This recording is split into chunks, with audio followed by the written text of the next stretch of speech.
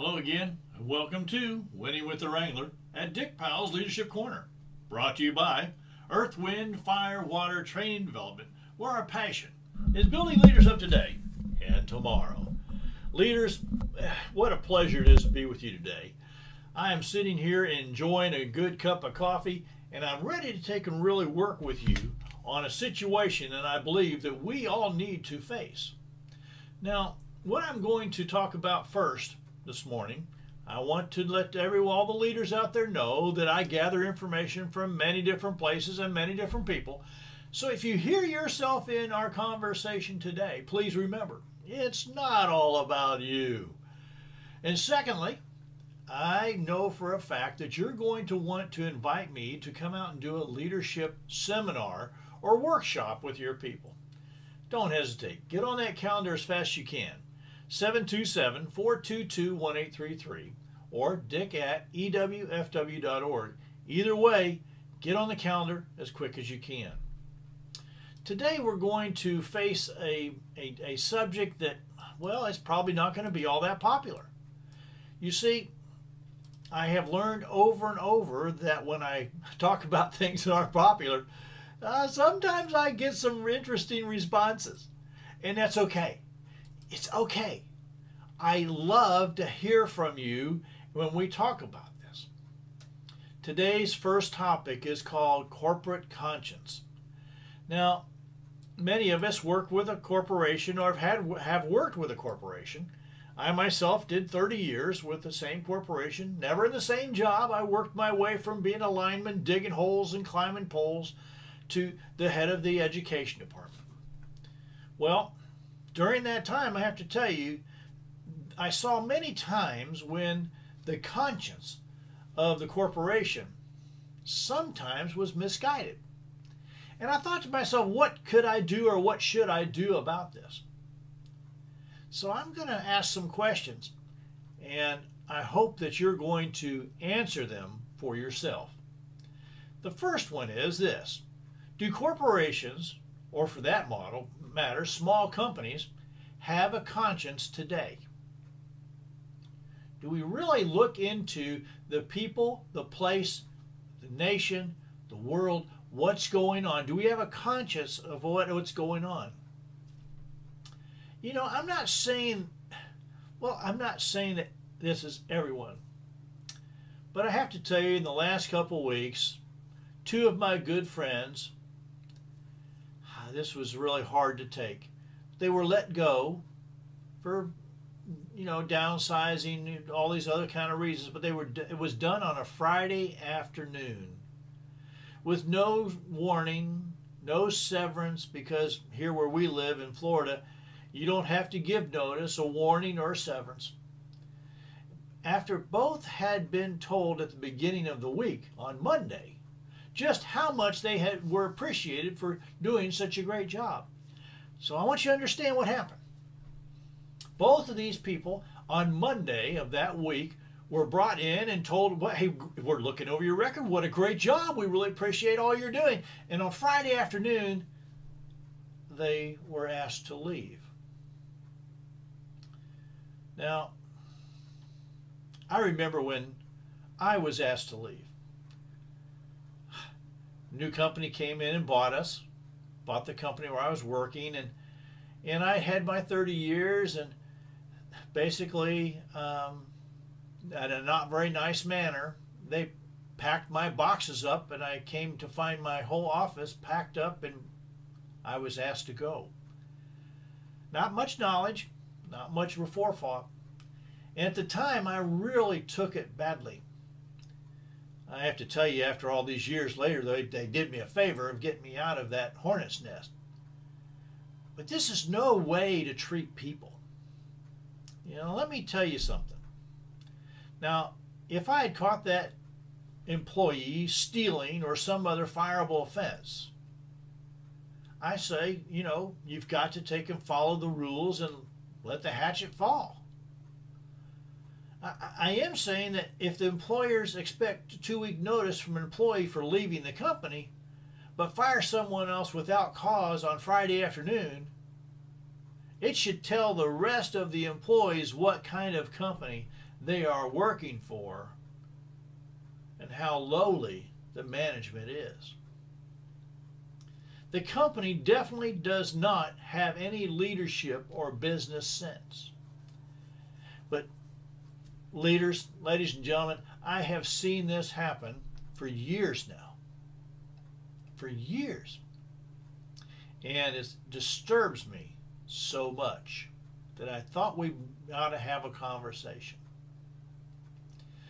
Now, I wonder what the rest of the company employees think on their way home after watching this happen. I had been out on a training opportunity in another state, and I had flown out on the Sunday prior, and I was flying home on that Friday afternoon, and I thought I'd stop by my office and kind of take care of a few things before I went home on that Friday afternoon, only to find my whole office packed up in cardboard boxes, and a new person sitting behind my desk who was joyful to jump up and congratulate me on my retirement. You see, Friday afternoon, I put in a full week. I was long, hard, tired. And I have to tell you, it's never set well. I would never, ever do that to anybody. So I have to tell you, think before you act. Now, the reason I wonder what the rest of the company feels like or thinks about on the way home, I wonder how they face their significant others and sit down at the dinner table and say, hey, do you know what happened today at work? Because the question that would run through my mind is, am I next? Am I the next one to go? And am I going to get any warning? Should I start making plans? Should I start looking around? What should I do? And I'm sure that as an employee, I wouldn't be I surely probably wouldn't get much done. I can tell you that. That's the part here that really starts to hurt the company. Hurts the employees who are staying, hurts the company. So, I for one would not want to stay there very long at that company, and I would start immediately looking for another position. Now, I didn't have that opportunity, but here's what I did do for those who were staying around when they called me. I helped them find other opportunities, even though I no longer worked there. With the way employers are today, it is a wonder why you hear the cry, well, we can't find good people. Well, the loyalty goes on both sides of the house, ladies and gentlemen. And the way we treat our people that work with us really does make a difference. So when corporate heads make a decision to downsize, if you have to do that, you have an ability to take and help those who maybe need to go. You have the ability to help them find something else. 100 years ago, they would find a way to outsource and outplace people who are going to be downsized. We just don't seem to do that anymore because it comes across as we, the people, corporate leaders, don't care.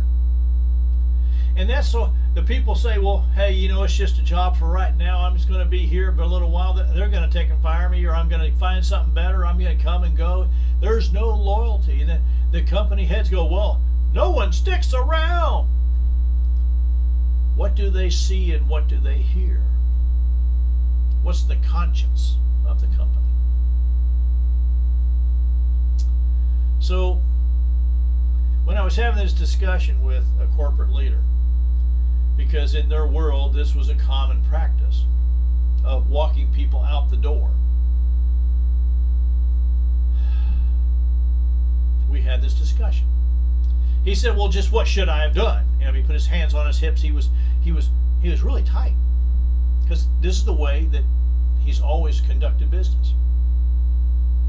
And his turnover is quite large. I said, okay, let's talk about what should have happened or could have happened. Now, unless it's a fireable offense that has occurred, a Monday morning meeting with that person will allow that person, well, 4 or 5 more days or 4.5 days to find a new job. You could have given them the rest of the day off or the rest of the week off with pay so they could find a new job. You could actually stick out a hand and help that person find another position that may be better suited for what they are doing. You could write them a positive letter of encouragement or a note to the next employer. You see, what you do, what you decide to do, will stick with that person forever. Just like myself, it's been, well, almost 20 years since that happened. And I still remember that day walking in and thinking to myself, why are all these cardboard boxes lined up in the hallway with my name on them? And walking down to an office with a new name on the door and a new person sitting behind the desk. That's not the way to do things. That's not having a conscience. That's not even having a bit of humanity. So I'm going to encourage you, I'm going to encourage all of us as leaders to never let this happen again. There will be times when you have to shorten the payroll. I understand how that happens. But I also understand there's a way to do it.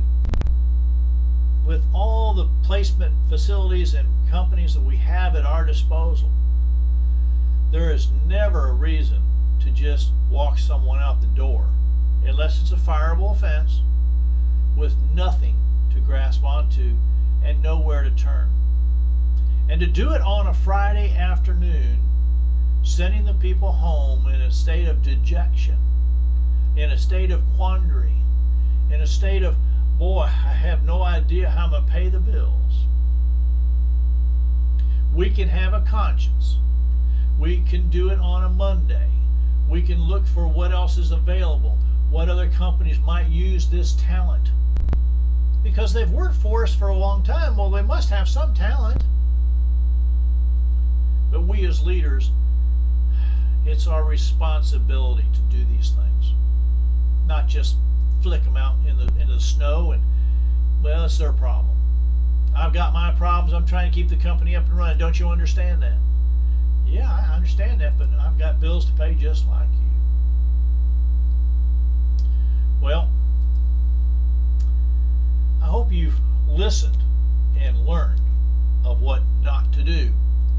And I hope you've listened and learned of some things you can do. They're not expensive. They only take a little time. And you know what? You've known about this situation going to happen for a long time. Admit it to yourself. We as leaders know what's going on. If we don't, shame on us. All right, let's look at the next big topic for today. It's a lot more fun. And, you know, I always try to bring something to the table for the leaders here that we can work on together and get excited about. This next topic is called Big Ideas. And you know what? This is the fun one. You see, you've got great big ideas and many reasons that it is hands down the very best move for your company. Man, I had a lot of them when I was working there. I loved it. And you know what? You walk into the conference room, you're feeling confident, you're prepared, you've got all your notes and stuff, you're ready to make your case. Surely everyone is going to see the wisdom in your plan and agree to it that it's the right course. Right? Well, not necessarily. You see, I myself had been in that situation where I got so excited I ran in and showed up and throwed up. I didn't really take into account that they had no idea what I was talking about. Just because I knew didn't mean they did. So I'm going to encourage you to tailor your approach. Don't go running in there like I did. Take your time, tailor the approach. The challenge is that everyone thinks, well, just a little differently and has a different agenda, by the way. And so to get them all on board, you might need a different approach for each of those people in the room. For example, let's say you have a room full of executives. You need to convince the CEO that your idea supports the company's vision and mission. You need to, well, the CFO will want to know what it means from the bottom line. And the COO might want to hear a step-by-step plan. So the company's organizational officer, they want a step-by-step how you're going to execute.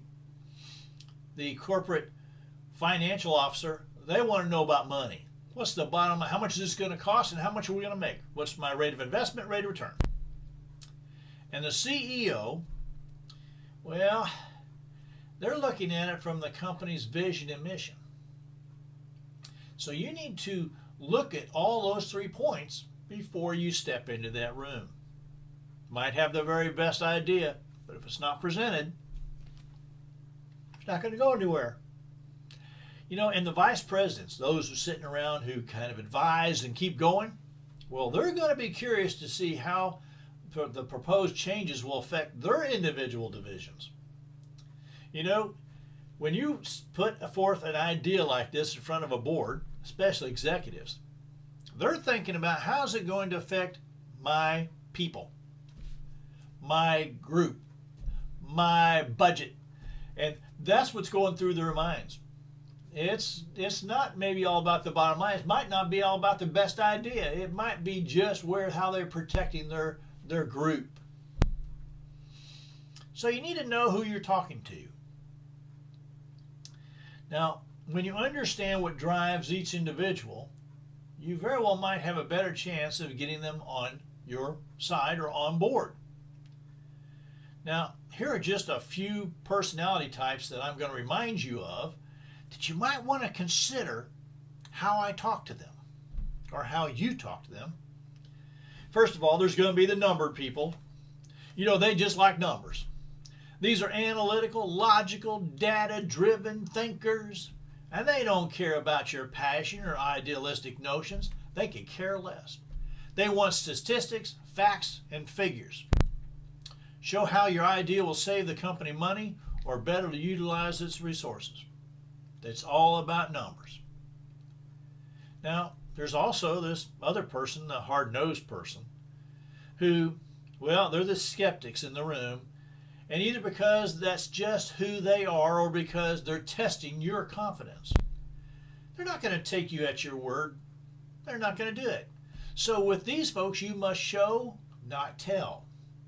Provide concrete examples, testimonials, and the best practices that have worked well for other companies. It's important. You're going to have the change agent in the room. Well, these guys, they're the innovators. They like to think outside the box. They're more open to change than most people. And then try tapping into their creative side by helping them envision how your idea will promote innovation and transformation. You see? Good things to think about. Then there's people who are the conventional thinkers. They're usually sitting up straight, by the way. And these people don't want new. They want improvement rather than overhauling the system. They prefer to take what worked in the past and make it better. Demonstrate respect to the past by saying things like, here's what is working and here's how my idea could improve a few things. Changes the thought process on how they're going to listen to you. Also understand that these people are not risk takers, so give them the facts that prove your ideas will work. Now, there's the highly competitive people. They're going to be there. Now, these people want to exceed expectations. They're highly motivated to win and want to impress customers and or stakeholders. They like things done their way and seek recognition and visibility. Reinforce how your idea will result in a win-win for everyone, especially them. Now, I'm going to give you a little piece of advice here. Don't take it personally. Finally, prepare yourself for the fact that you might not convince everyone in the room. You must see yourself as an objective mediator with the purpose of reaching a mutually satisfying result. Even if you've done your homework, anticipated the reactions, and tailored your approach to address everyone's unique perspective, some people in the meeting could still disagree with you. It doesn't mean they don't have good intentions or don't respect you. Conflict or disagreement is natural. It's part of every relationship and is healthy when managed with maturity and personal responsibility. Become a master of your ideas. Okay? So how do I go about this? Let me give you some quick tips. First of all, know the lay of the land before you pitch your ideas. Gather as much information as possible about the people whose support you need. That way you can anticipate their reactions and tailor your approach to meet their various agendas. Paint a picture. Describe in your audience's mind of what the future will look like if your plan is implemented. Will your idea give the company a competitive edge, move the business forward, increase the revenue, improve leadership? In essence, what's the compelling end result of your plan?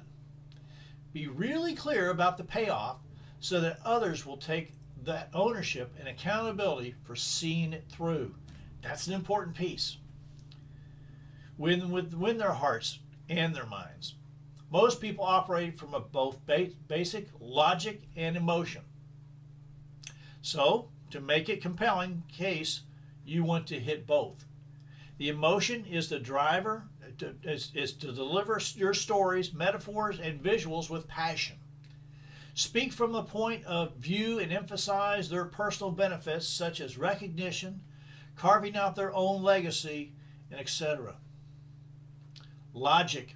Provide supporting data, statistics, case studies, testimonials, and best practices presently working for other companies. And above all, be transparent. Everyone knows change initiatives usually have some inherent risks. So be upfront about it. When you fail to address the risk, you lose your credibility and the opportunity to engage everyone in the discussion about how to minimize and avoid potential fallout.